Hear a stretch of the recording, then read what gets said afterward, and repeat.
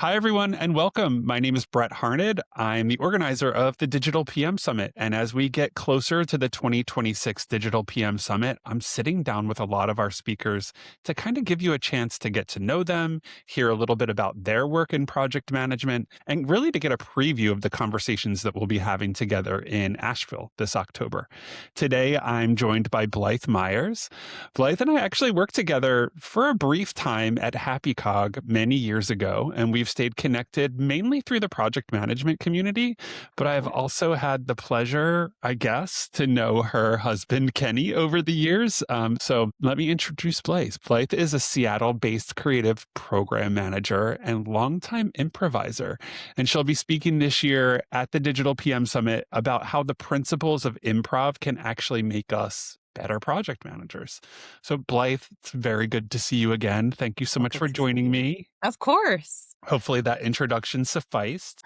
Yeah. Yes. I like to think, Project Coordinator Blythe was first introed to PMing under your umbrella. So, I you know, love that. we And go now way look back. at you. Yeah.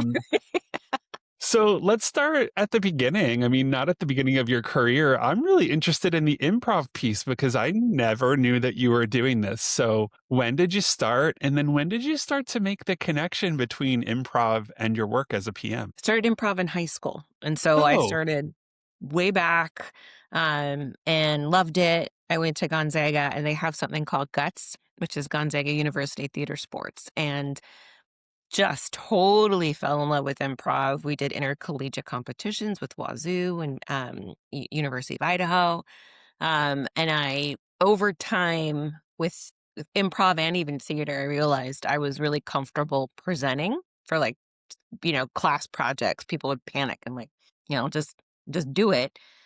And then after college, and I was floundering, figuring out what am I going to do with my life, I took courses locally here at Unexpected Productions and after work and just kind of rediscovered the core elements of PM and joined a group called Quiet Monkey Fight. And we performed and we went to festivals in Canada. And, I just, no matter where I landed job wise, I realized the improv gave me confidence to speak to clients, to coworkers, and not hesitate or question what I knew. And the yeah. second I landed in project management, I was like, oh, this is kind of like, you know, the nerves you have with maybe a client presentation or like a more challenging one felt like an improv show because you don't know. I don't know what the client's going to say. So then Ever. I can only control how I respond. And so once project coordinator Blythe was making it through these challenging reviews and you have the high of, okay, I did it. We didn't crash and burn. We're okay. I know what we need to do now. Then I started to connect like, gosh, improv totally prepped me for handling and anything that Thinking gets, on your feet, right? I mean, yes. essentially, like being ready to just roll with what's next and being comfortable with that kind of discomfort in some Yeah. situations. Yeah. So your 100%. session is called No Script, No Problem, which I love. Um, Tell me a little bit about like how you've used that improv in work. Like, let's Yeah. go a level deeper. Well, it's, you know, I have creatives I've worked with and they always want, we're prepared. We have the deck, we have whatever we're going to review, but they're always like, should we practice? And I'm like, well, we should be familiar with what we're presenting and why, but like, we can't, we can't rehearse it because we don't control the other side. So I Right. think it's more about understanding if they respond negatively, here's how we pivot. If they're positive, great, I'll help facilitate the conversation and we'll get through. And that guidance is just like improv, and it's making sure my team knows how to yes and, Yeah. or I know how to yes and to them because it's key. It Yeah. is key. And I think just really trying to just be able to laugh at yourself also of like, I'm going to make mistakes and it's going to be silly or I'm going to miss something, but I will be the first to say, well, apology, missed that. Hey, whatever it is, because I will recognize that because in improv, like, phew, I got to own up there because I did not properly yes and, or like I missed the name you gave me, or I didn't hear that the theme of the trip was Bali. I took us to China, so I did a hard pivot at the beginning. So being able to recognize and have conversations to then rehearse internally or talk through it internally helps then get me and my team even more congealed because I know how they're a yes and they know how I yes and. Yeah. Dig into the yes and a little bit. Yeah. I think I know what it means, but talk us through it. Like, to me, it's like the value in it is that if you use the yes and, you can avoid yourself from kind of agreeing to things Mhm. unnecessarily. But yeah, Yeah. talk to me about yes and how Yeah. you use it, what it means. It's a twofer, right? Because you don't want to say no to clients. You don't just be always be saying no. So there's always a yes and, a yes, here's what we can do. But in improv, if you and I are doing a scene and you're like, oh, look at that tree. Isn't it beautiful? And I go, no, the plane flying overhead is fast. I've totally shot down your Right. idea of the tree and its beauty and the best improv because what you're saying can trigger my imagination. And now I'm like, oh yeah, that tree's perfect for a tree house. And now we're kids and now we're building a tree house. And then you can create a dynamic of we're best friends, we've snuck outside, mom doesn't know, she told us not to climb a tree. Like you're Yeah. creating what the challenge is, what are we solving so people can enjoy solving that problem. So yes and is just like the best thing ever. Yeah. It's like mind games for PM. I think also probably like combining that with active listening, which you kind of Yeah. mentioned in your talk Mhm. description. What do you Mhm. think project managers kind of tend to get wrong about listening? I think, um, I think it's so one thing I've observed is there are PMs that during reviews with clients or with team get so focused on note taking. They get focused on making sure they don't miss something that's said or capturing something. But because they're so focused on note taking or like that kind of listening, they're missing the conversation.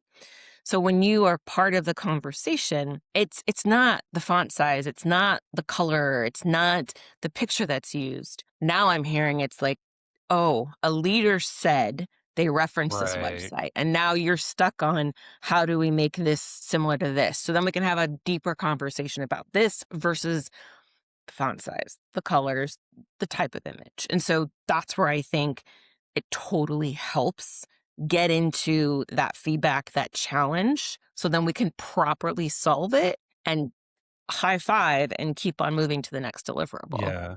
Basically, what you're saying is don't take everything that you hear at face value. Yeah. Think a little bit more critically about Sure. feedback or whatever it is. There might be something underneath it, and there Yeah. usually is. There always is. There Yeah. always is. Um, Another takeaway mentioned in your talk description is making your scene partner look good. mhm. And that immediately made me think about how project managers really kind of set everyone on a team up to succeed. Yeah. Is that kind of the connection there that you're thinking about? 100%. So like I love a review where I'm not talking. I will intro and, okay, I'm just going to let my team do all of the presenting and take the lead. Because if I'm not talking, they're presenting their work. They're speaking to their mindset, how they achieved the design they did, what they took into consideration, and they're having a direct conversation with the client. I don't want to be talking. I just want to be the facilitator to excellent work and collaboration with the client.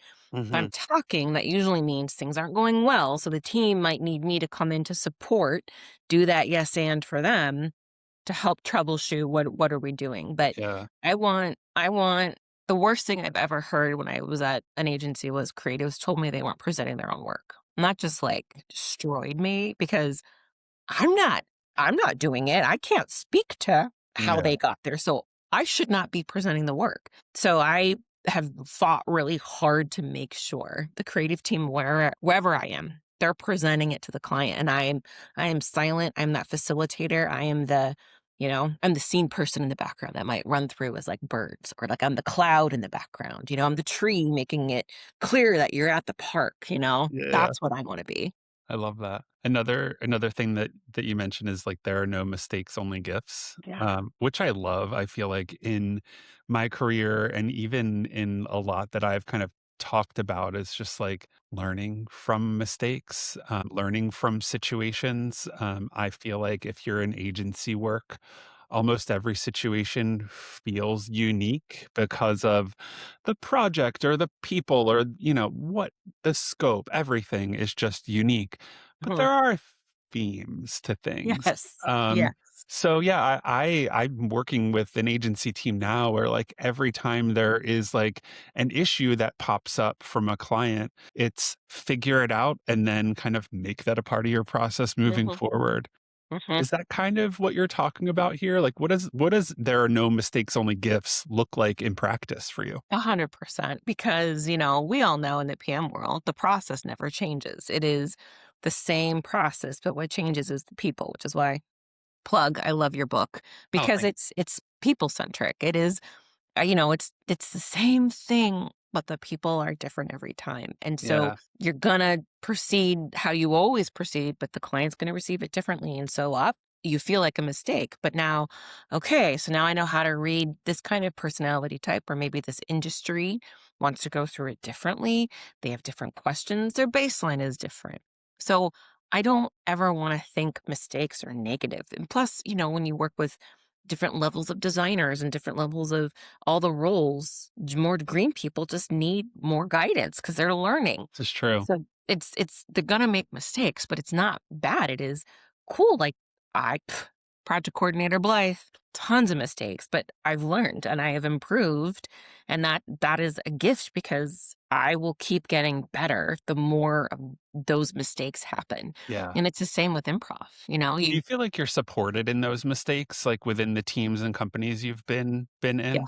Yeah, Totally. that's And great. there are moments where it's that it's that uncomfortable. And again, like I can relate it to improv where you're just on stage and you're going, oh no, that joke didn't land. My team didn't hear me. I'm like flailing.